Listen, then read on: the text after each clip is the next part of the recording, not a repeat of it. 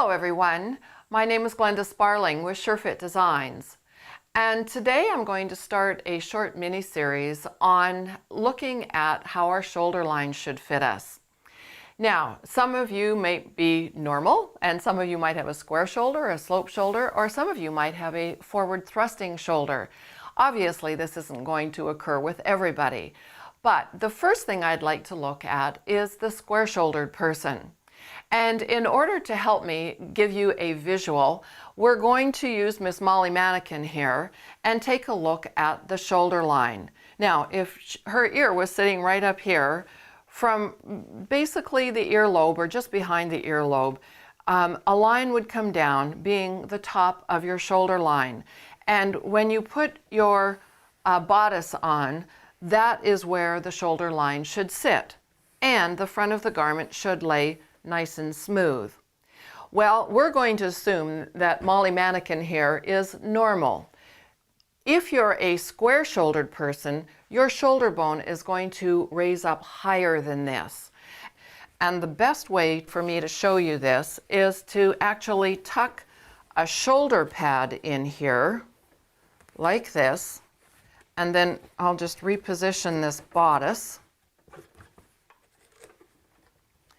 And what happens when you have a square shoulder, and you can see how much higher that is than this side, you get drag lines that go from center front up to the shoulder bone.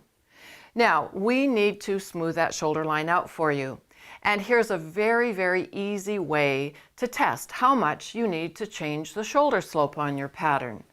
You simply pinch up at the neckline like this, until it removes those drag lines.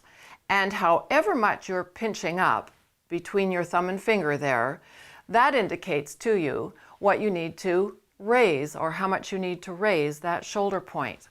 So now we're going to take a look at your pattern. Up here on the wall I have the SureFit Designs master pattern, and when you will have drawn out your body blueprint for your unique body shape and size, it's going to look basically like this. The inside line, of course, is the first line that you do draw, but it becomes your stitching line. In order to cut it out and sew it together, you need to add seam allowances. So we do that very easily with the designing stylus, and that becomes your dotted line on the outside. So now it's ready to cut and sew. However, for the purpose of this demonstration, I don't want to get you confused with having a lot of different lines there. So I'm going to use just one solid blue line going around to show you what to do for a square shoulder. Now remember that I pinched it up at the neck point, and let's say that I pinched it up a ½ inch. Then all that I'm going to do is measure up a ½ inch, make a little dot, and then I'm going to connect that new shoulder point to the neck point in that fashion. Now, because I have raised the shoulder point up a ½ inch, I also need to raise up the underarm a ½ inch.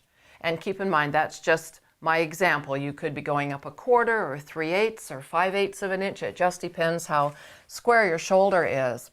But you must raise up your underarm the same amount, and the reason that you want to do that is so that when you set your sleeve in place, you don't need to make any modifications to the sleeve. Also remember to repeat this squaring process for the bodice back.